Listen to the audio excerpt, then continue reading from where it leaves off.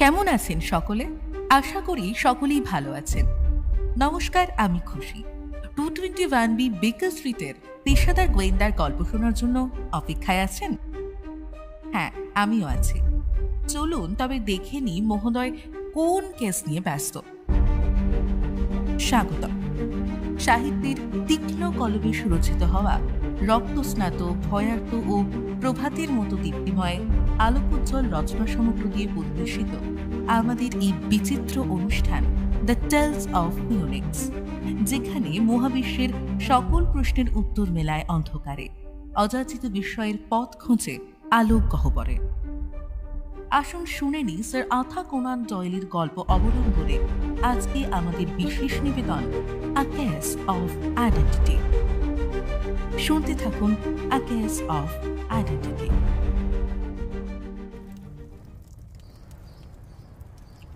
বেকার স্ট্রিটের চুল্লির সামনে বসে আছি, কথা হচ্ছে হোমসের সঙ্গে। ওর সাথে সামাজিক ও রাজনৈতিক কথাবার্তা দারুণ জমে, অথচ তা হয় কমই। হোমস পাইপে সূক্ষ্ম টান দিয়ে বলল,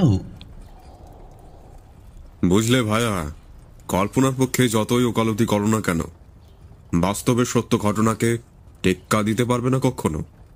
তুচ্ছ সাধারণ বিষয়ের মধ্যেই অসাধারণ সব চমক লুকিয়ে থাকে। তোমার সঙ্গে একমত হতে পারতাম যদি কল্পনার রং চড়িয়েও পুলিশ কোর্টের কেসগুলিকে নিছক কেলেঙ্কারির ঘটনার ঊর্ধ্বে তোলা যেত। হাতে হাতেই প্রমাণ দিচ্ছি, দেখো না। বলে মেঝের থেকে সেদিনের কাগজটা তুলে নিয়ে একটা রিপোর্টের দিকে ও দৃষ্টি আকর্ষণ করলাম। অবলা স্ত্রীর ওপর স্বামী পুঙ্গবের অত্যাচারের বিবরণ। তোমার কথা মতো জীবন থেকে নেওয়া নিছক বাস্তব ঘটনা এটা, কিন্তু ঘটনাটা ফুলিয়ে ফাঁপিয়ে যা লেখা হয়েছে, যে কোনো নিকৃষ্ট লেখকও ওর চাইতে চমকপ্রদ ঘটনা মন থেকে বানিয়ে লিখতে পারে। মোক্ষম অস্ত্র ছেড়েছি, দেখা যাক এবারে ও কি বলে। হোমস কাগজে চোখ বুলিয়ে বলল, ভাইয়া, টেক্কা কিন্তু দিতে পারলে না। টেলিস্কোপধারী হয়ে প্যাঁচে ফেলা তোমার সিলেবাসে নেই। নিজের অস্ত্রে নিজেই ঘায়েল হলে। কেসটা অসাধারণ, আমি নিজেই তদন্ত করেছিলাম। তাহলে সঠিক ব্যাপারটা তুলে ধরছি, শোনো। স্বামীটি বদ চরিত্রের লোক মোটেই নন। নিজে মদ স্পর্শ করেন না, মদ খাওয়া বরদাস্তও করেন না। ঘরের স্ত্রীকে বাদ দিয়ে পরকীয়া ব্যাপারটাও যথার্থ এই ঘৃণার চোখেই দেখেন। তা সত্ত্বেও কিন্তু তার বিরুদ্ধে বিবাহ বিচ্ছেদের মামলা রুজু করা হয়েছে কিনা তিনি খাওয়ার শেষে বাঁধানো দাঁত ছুঁড়ে স্ত্রীকে মারতেন। তাহলেই বোঝো এবারে কল্পনায় আসবে কোন লেখকের। নাও, সাফ করো মাথাটা এবার। বলে দামি অ্যামেথিস্ট পাথর বসানো সোনার নস্যি পেয়ে এগিয়ে দিল হোমস। বলল, তোমাকে বলা হয়নি my dear friend, Bohemian grand ডিউকের উপহার এটা। ওটা? হঠাৎ আমার দৃষ্টি পড়ল তার অনামিকায়। আমার দৃষ্টি অনুসরণ করেই কিনা জানি না, নিজের অনামিকার হীরের আংটিটির দিকে তাকিয়ে সেটাকে অল্প নেড়ে চেড়ে সে বলল, একটা গোপন ব্যাপারে সাহায্যের জন্য হল্যান্ডের রাজ পরিবারের উপহার। বলতে বলতে সাগ্রহ দৃষ্টি নিয়ে জানলার সামনে গিয়ে দাঁড়ালো। আমিও পাশে গিয়ে দাঁড়ালাম। চোখে পড়ল জমকালো সাজ পোশাকের এক মহিলা ওপাশের ফুটপাত থেকে হন্তদন্ত হয়ে রাস্তা পার হয়ে এপাশে আসছেন। হোমসের মুখের দিকে তাকিয়ে বুঝতে পারলাম এ কোনো জটিলতায় মোড়ানো কেস নয়, কেননা তা হলে এই ভদ্রলোকের ভ্রু কুঞ্চিত হয়ে যেত এতক্ষণে। কিন্তু তার পরিবর্তে মুখ থেকে বেরিয়ে এলো বিড়বিড় করে বলা কতকটা কথা। ম্যাডাম এত তাড়াহুড়ো করছেন কেন? কিছু একটা খুঁজে পাচ্ছেন না নিশ্চয়ই। পরক্ষণেই ঢং ঢং শব্দে বেজে উঠল দরজার ঘন্টা। একটু পরেই চাকরের পিছনে হাজির হলেন ভদ্রমহিলা। পরিচয় দিলেন মিস সাদারল্যান্ড।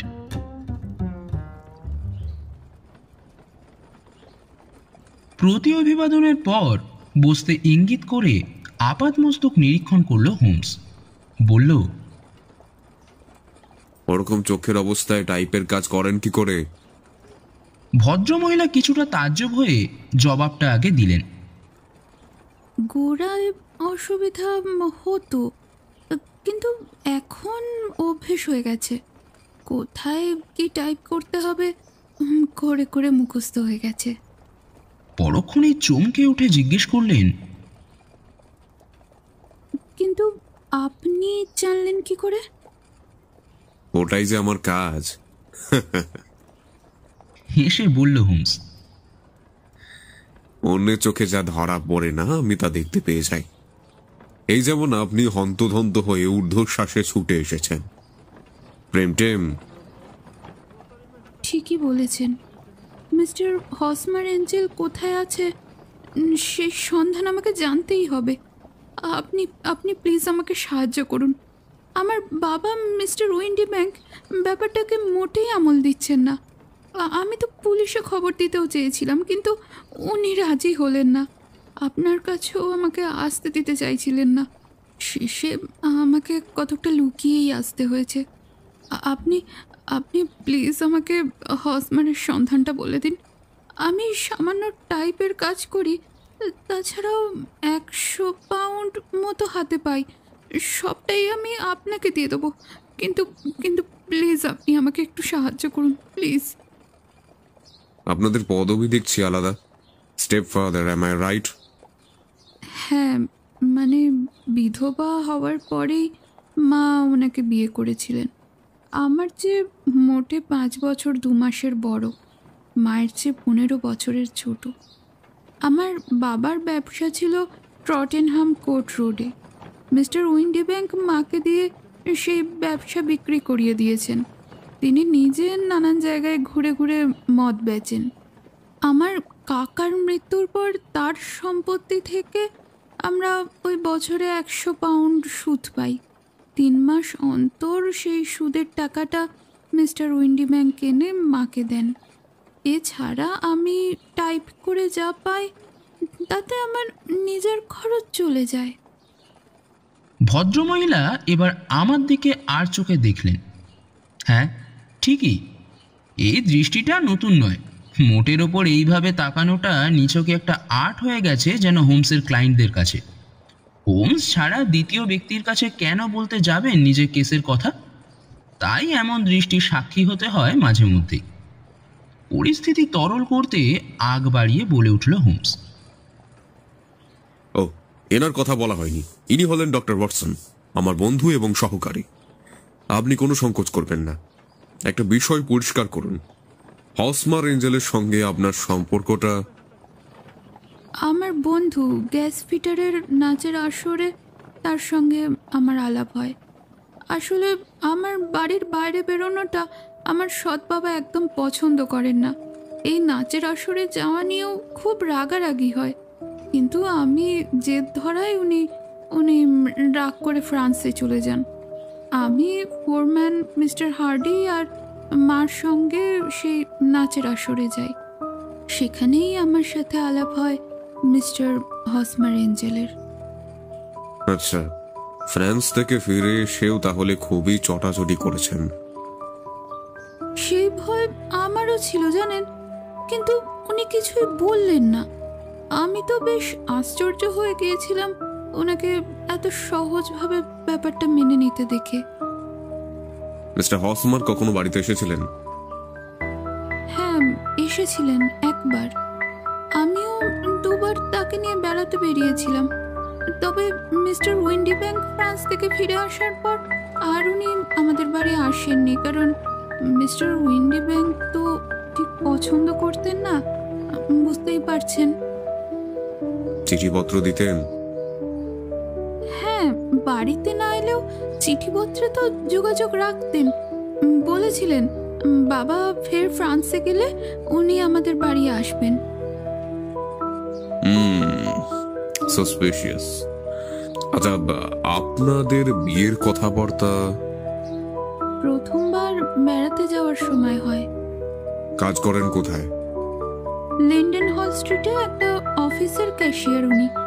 নামটা ঠিক জানি না, অফিসের ঘরেই থাকেন। চিঠিপত্র কোন ঠিকানায় লিখতেন? লেন্ডেন হল পোস্ট অফিসের ঠিকানায়। পাছে অফিসের মেয়েরা পিছনে লাগে, সেই কারণেই উনি বলেছিলেন যে ওই ঠিকানায় লিখতে। নিজেই গিয়ে নিয়ে আসতেন।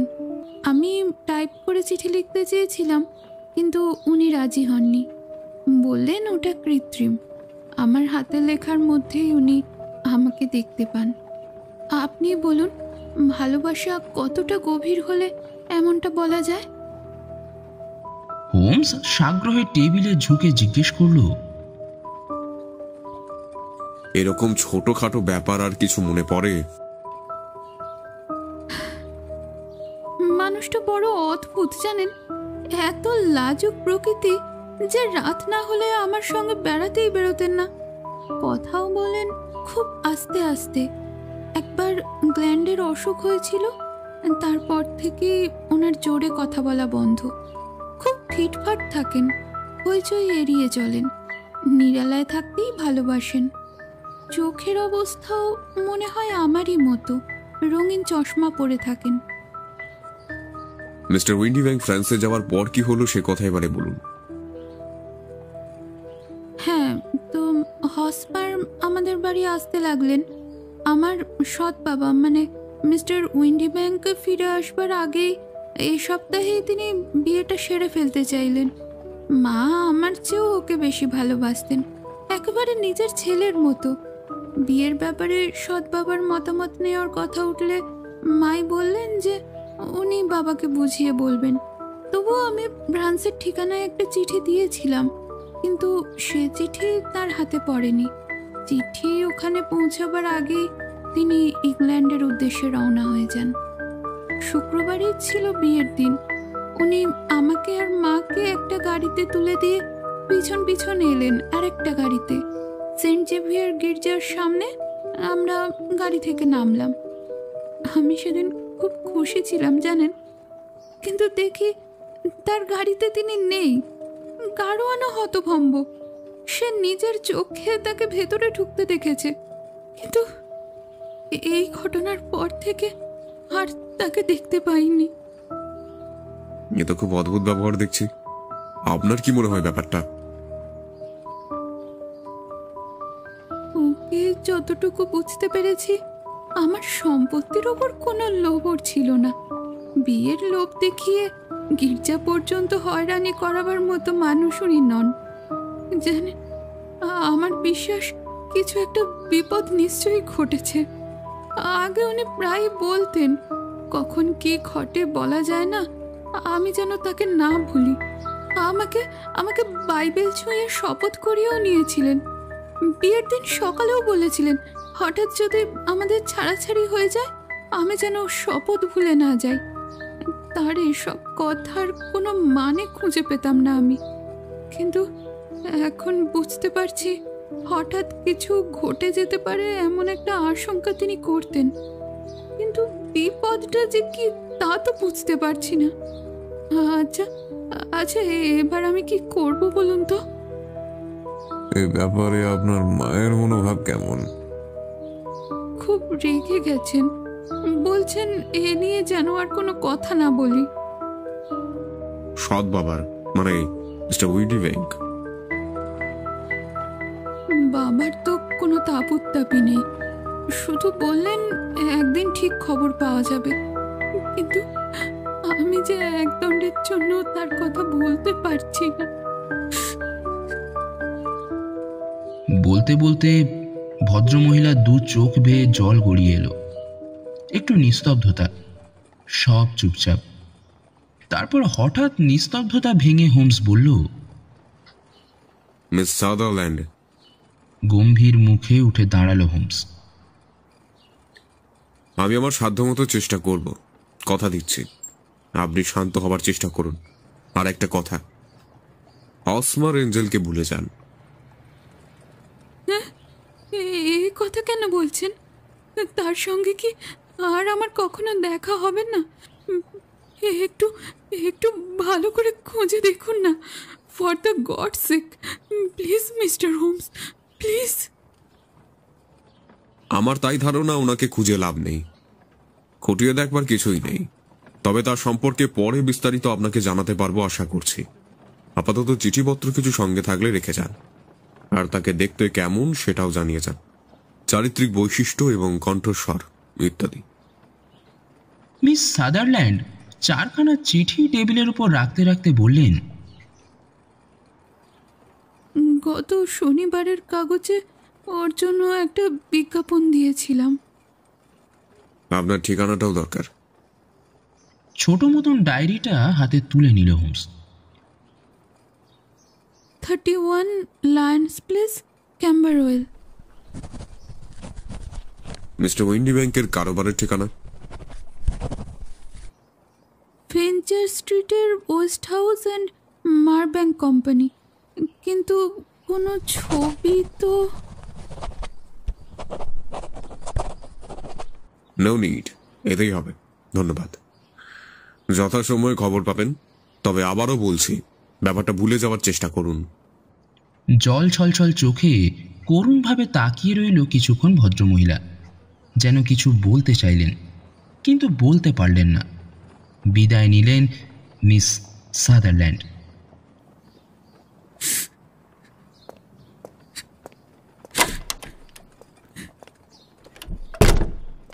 শরীর টান টান করে হাত পা ছড়িয়ে বসল হোমস। তারপর পাইপের তামাক ঠেসে আগুন ধরিয়ে ধোঁয়া ছাড়তে লাগলো। অনেকক্ষণ পরে বলল, ডাক্তার, এরকম কেস আগেও ঘটেছে, নতুন কিছু নয়।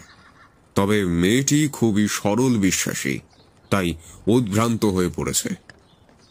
হ্যাঁ, ঠিকই বলেছ। পোশাক আশাক দেখে প্রথমে অন্যরকম ধারণা হয়েছিল, কিন্তু এখন শ্রদ্ধা হচ্ছে। সরলভাবে যে বিশ্বাস করতে পারে, তার মন পবিত্র না হয়ে পারে না। সেই কারণেই শপথের কথাটা ভুলতে পারছে না। I know it's hard to believe. কিন্তু ভদ্রমহিলা টাইপের কাজ করেন, আবার চোখ খারাপ। এ তুমি বললে কি করে প্রথম দর্শনে? ভদ্রমহিলার মতো আমিও কম অবাক হইনি। ভাইয়া, মেয়েদের আস্তিন আর পুরুষের ট্রাউজার্সের হাঁটু আগে দেখি আমি। প্রয়োজনীয় অনেক খবর সেখানেই থাকে। মেয়েটির আস্তিনে বেগুনি দাগ সহজেই সকলের নজরে পড়বে, কিন্তু কবজি ঠিক ওপরে সমান্তরাল দুটো রেখা আমার নজরে পড়েছিল। টাইপের টেবিলে কাজ করলে এরকম দাগ দেখা যায়। অবশ্য সেলাই মেশিনেও হয়, তবে সে দাগটা তেমন চওড়া হয় না। নাকের দুপ্যাশনে চশমার দাগ দেখে বুঝেছিলাম চোখ ভালো নয়। এও সেই পর্যবেক্ষণ আর যুক্তিসম্মত বিশ্লেষণ। ভদ্রমহিলা ব্যাপারটা নিয়ে এমনই অভিভূত হয়ে পড়েছিলেন যে বুঝতেই পারেননি বেরুবার সময় 2 রকমের জুতো পরেছেন। বোতামগুলোও ঠিক ঠিক লাগাতে পারেননি। আমার কাছে আসবার জন্য অস্থিরভাবে ছুটতে ছুটতে বেরিয়েছেন। আর একটা ব্যাপার তোমার নজরে পড়েছে কিনা জানি না, ছেঁড়া দস্তানার ফাঁক দিয়ে আঙুলের কালির দাগ আমার চোখ এড়ায়নি। টাটকা কালির দাগ। বেরোবার আগে একটা চিঠি লিখে এসেছেন। তাড়াহুড়োয় দোয়াতের কালিটা একটু বেশি ডুবিয়ে ফেলেছিলেন। আঙুলের টাটকা দাগটা আজ সকালেই লেগেছিল বলে অতটা স্পষ্ট হয়েছিল। যাক, এবার ভদ্রমহিলার রেখে যাওয়া কাগজপত্র থেকে বিজ্ঞাপনটা পড়ে শোনাও একবার দেখিনি। টাইম কাগজের বিজ্ঞাপনটা পড়লাম। অসমার এঞ্জেল গত 14 তারিখ থেকে নিখোঁজ। লম্বায় 5 ফুট 7 ইঞ্চি, পুরুষালী গড়ন, বর্ণ পাণ্ডুর, সামনে সামান্য টাক আছে, চুলের রং কালো, গোঁফ আর জুলপিও কালো, রঙিন চশমা পরেন, ফিসফিস করে কথা বলেন। গায়ে কালো ফ্রক কাট, কালো ওয়েস্টকোট, ধূসর টুইডের ট্রাউজার্স আর সোনার অ্যালবার্ট চেন, পায়ে ইলাস্টিক বুট আর বাদামি চামড়ার পটি। লিডেন হল স্ট্রিটের একটা অফিসে ক্যাশিয়ারের কাজ করেন। ব্যাস, হতেই হবে। চিঠিগুলো মামুলি, তবে একটা বিষয় লক্ষণীয়। সব চিঠি টাইপ করা, অসমার এঞ্জেল নামটা পর্যন্ত। ঠিকানা নেই, কিন্তু তারই কাছে। তবে ওতে কিছু যায় আসে না, নামের সইটাই আমার কাছে যথেষ্ট। চুক্তি না থাকার মামলায় অস্বীকার করার মতলবেই সইটা টাইপ করেছে। পথেই তো? না ভাইয়া, তা নয়। যাই হোক, কাজে হাত দেওয়া যাক। কিভাবে নামবে বলে ভাবছো? দুটো চিঠি লিখতে হবে আগে, লন্ডনের একটা কোম্পানিকে আর মিস্টার ওয়েন্ডি ব্যাংকে। তাকে কাল সন্ধ্যায় আমার সঙ্গে দেখা করবার কথা লিখতে হবে। দুটো চিঠির জবাব না আসা পর্যন্ত এখন আর কিচ্ছু করবার নেই। কিন্তু হঠাৎ উইন্ডি ব্যাংকে লাগবে কেন তা বুঝতে পারলাম না। তবু হোমসকে আমি চিনি। নিশ্চিত মুখভাব দেখেই বুঝলাম রহস্য পরিষ্কার হয়ে গেছে। নতুন করে চিন্তা ভাবনার কাজ শেষ হয়েছে। ওকে আর বেশি ঘাঁটিয়ে লাভ নেই। ওকে ওর হালে রেখে উঠে পড়লাম। বাড়ির পথে নিজেও নিশ্চিন্ত বদনে পা বাড়ালাম। রুগী দেখা শেষ করে পরের দিন 6টা নাগাদ বেকার স্ট্রিটে উপস্থিত হলাম। আমাকে দেখে খুশি হলো, বলল, বুঝলে ওয়াটসন, অসম্ভব শেয়ানা লোক, আইন তার চুল পর্যন্ত ছুতে পারবে না। ওই দেখো, এই মুখ খেলে এলো বলে। Please please. হোমসের কথা শেষ হতে না হতেই এক ভদ্রলোক ঘরে ঢুকল। বছর 30 বয়স, দাড়ি গোঁফ কামানো, ফ্যাকাশে রং, ধূসর চোখ। শিষ্টাচার বিনিময়ের পর চেয়ার টেনে বসে বলল, ক্ষমা করবেন, আসতে দেরি হয়ে গেল। মেয়েটা বড্ড জেদি আর আবেগপ্রবণ। সামান্য একটা ব্যাপার নিয়ে এভাবে আপনাকে জ্বালাতন করতে আসা ঠিক হয়নি তার। আমি অনেকবারই বলেছি হসমা এঞ্জেলকে খুঁজে পাওয়া যাবে না, কিন্তু কোনো কথাই শুনছে না মেয়েটা। হোমস শান্ত শীতল কণ্ঠে বলল, আমার বিশ্বাস লোকটাকে খুঁজে পাওয়া যাবে। কথাটা শুনে উইন্ডি ব্যাংক যেন আঁতকে উঠলেন। তারপর কিছুটা সন্দেহের সুরে বললেন, ও তাই নাকি? তাহলে তো খুবই ভালো খবর। মিস্টার ওয়েন্ডি ব্যাংক, হাতের লেখার মতো টাইপের লেখাও আলাদা আলাদা বৈশিষ্ট্য থাকে। এক একটা মেশিনে এক এক রকমের লেখা হয় টাইপের বৈশিষ্ট্য অনুপাতে। চোট খাওয়া টাইপ, ঘষে যাওয়া টাইপ। খুব নতুন মেশিনে না হলে এই বৈশিষ্ট্যগুলো ঠিকই নজরে পড়ে। আপনার চিঠিটা লক্ষ্য করুন তো, প্রত্যেকটা ই লেটার খারাপ, আর এর তলায় বসে যাওয়া। ম্যাগনিফাইং দিয়ে দেখলে ওরকম আরো অনেক বৈশিষ্ট্য নজরে পড়বে। উইন্ডি ব্যাংক নির্বিকার চোখে তাকিয়ে থেকে শুনতে থাকে হোমসের কথা। হোমস বলতে থাকে, এবারে এই 4খানা চিঠির লেখা দেখুন তো, প্রত্যেকটার ই খারাপ, আর এর তলা চোট খাওয়া, এবং আপনার চিঠির হরফের সবকটি বৈশিষ্ট্যই অন্যান্য টাইপে হুবহু রয়েছে। বাজে কথা শুনবার মতো সময় আমার নেই। ছোকরাকে যদি ধরতে পারেন তাহলে আমাকে জানাবেন কোন।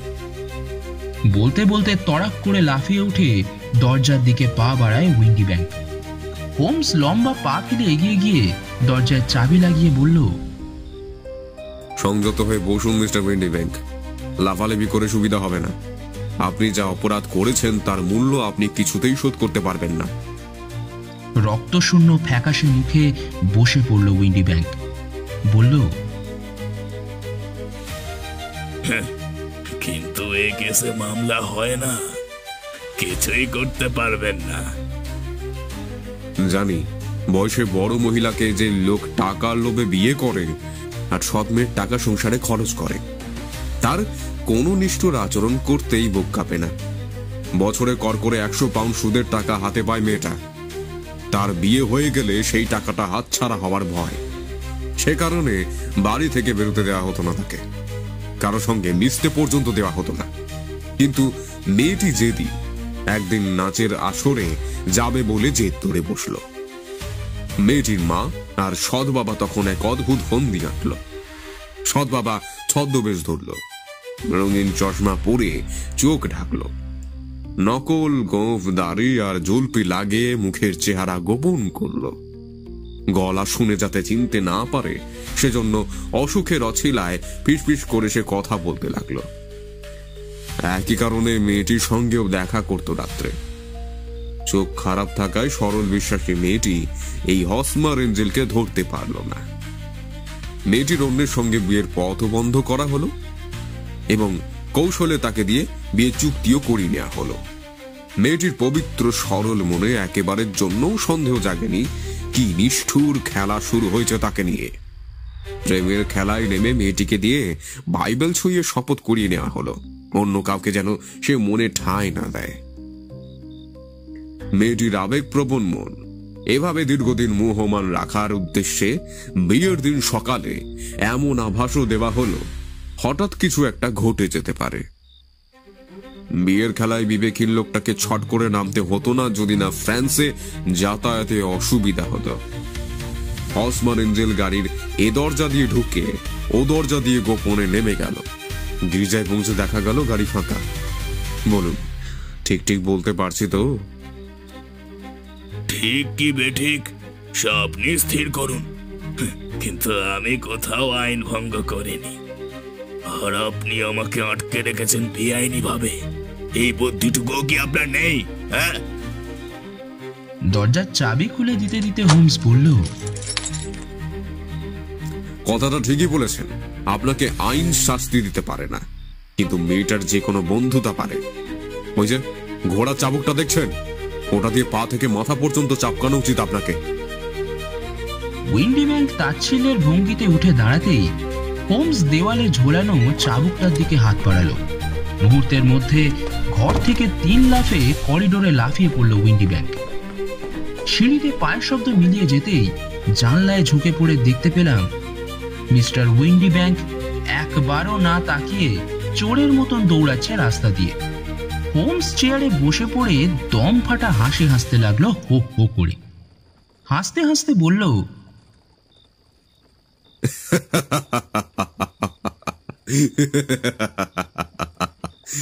লোকটা নিজের কাজেই একদিন ধরা পড়ে ফাঁসি কাটে ঝুলবে, মিলিয়ে নিও। লোকটাকে ধরলে কি করে তা তো বুঝতে পারছি না। খুবই সহজ মামলা, মোটিভ বিচার করেই হেয়ালি পরিষ্কার হয়ে গিয়েছিলাম। শোনো বলছি, এ ব্যাপারে সবচেয়ে লোভ মেয়েটির সৎ বাবার। তারপর তাকে আর হসমান এঞ্জেলকে কখনো যে এক জায়গায় দেখা যায়নি। মিস্টার উইন্ডিব্যাংকের অনুপস্থিতিতেই মিস্টার হসমানের আবির্ভাব হয়েছে। ফিসফিস করে কথা বলা, জুলপি আর রঙিন চোখে চশমা, এসব ছদ্মবেশ ধরতে কাজে লাগে। হাতের লেখাটা এতই পরিচিত যে সইয়ের দুটো শব্দ লিখতেও টাইপ করে লিখতে হয়। সন্দেহগুলো যাচাই করবার উদ্দেশ্যে উইন্ডিব্যাংকের অফিসের ঠিকানায় চিঠি লিখলাম। বিজ্ঞাপনে হসমান এঞ্জেলের মুখে জুলপি, গোফ ও রঙিন চশমার কথা আছে। এসব বাদ দিয়ে চেহারার একটা বর্ণনা খাড়া করে জানতে চাইলাম এই ধরনের কেউ তাদের কোম্পানির ট্রাভেলিং সেলসম্যানের কাজ করে কিনা। উইন্ডিব্যাংকেও লিখলাম এখানে আসতে। তার জবাবে যে চিঠি এলো তাতে দেখলাম হসমান এঞ্জেলের চিঠির টাইপে যে সব গোলমাল নজরে পড়েছে, ওই চিঠিতেও তাই রয়েছে। কোম্পানির জবাবও পেয়ে গেলাম। জেমস উইন্ডিব্যাংকের চেহারার সঙ্গে আমার বর্ণনা মিলে গেল। ঘরে বসেই ফয়সলা হয়ে গেল মামলা। এবার কি করবে? মিস সাদারল্যান্ডের কি হবে? কি আর হবে, মেয়েদের ভুল ভাগাবার কাজটা খুবই বিপজ্জনক ভায়া। বাঘিনীর মুখ থেকে বাঘের বাচ্চা কেড়ে আনার মতন বিষয়। There is no chance to escape, my dear Watson. এমন হৃদয় বিদারক ঘটনার দুঃখ পাওয়ার বদলে দুজনেই হো হো করে হেসে উঠলাম। না, সত্যি হোমসের বুদ্ধির তুলনা হয় না।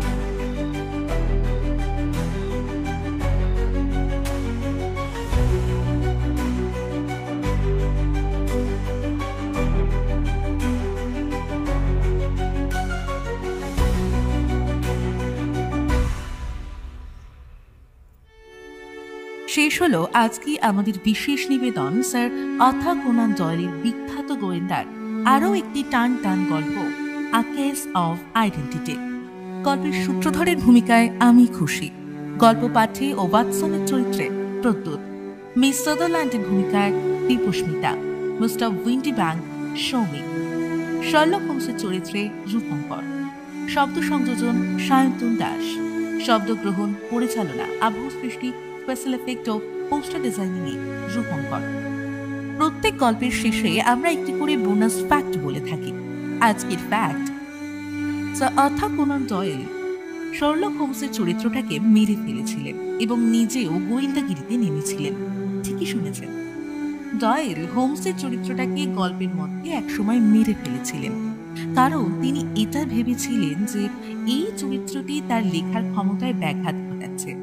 কিন্তু পাঠকদের দাবিতে ডয়েলের হাত ধরে আবার পুনর্জন্ম লাভ করে শার্লক হোমস। এবং আরেকটি ফ্যাক্ট হচ্ছে, ডয়েল তার গোয়েন্দাগিরির দ্বারা মিথ্যা মামলায় ফাঁসানো ব্যক্তিদের নির্দোষ প্রমাণ করতেন।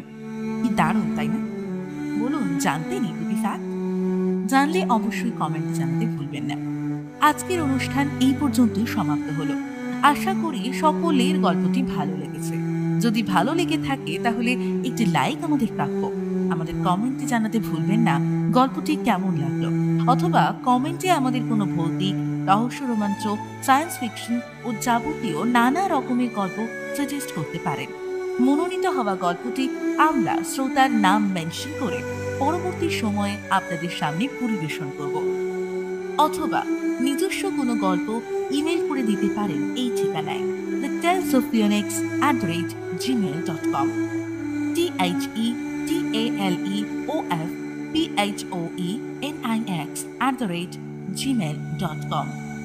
গল্পটি শেয়ার করতে পারেন সাহিত্য প্রেমিক অথবা সাহিত্য অপ্রেমিকদের সাথে, যাতে তারা সাহিত্যের আঙিনায় মোড়ানো দ্য টেলস অফ ফিওনিক্সের সদস্য হয়ে উঠতে পারে। আমাদের পরিবারের সাথে যুক্ত হতে সাবস্ক্রাইব করতে পারেন আমাদের চ্যানেলটিকে। আমরা আবারও ফিরে আসবো কোনো এক নতুন আলো বা আঁধারির গল্প নিয়ে, এবং যেখানে মহাবিশ্বের সকল প্রশ্নের উত্তর মেলায় অন্ধকারে, অযাচিত বিস্ময়ের পথ খোঁজে আলোক গহ্বরে। সকলে ভালো থাকবেন। শুভরাত্রি। বিদায়।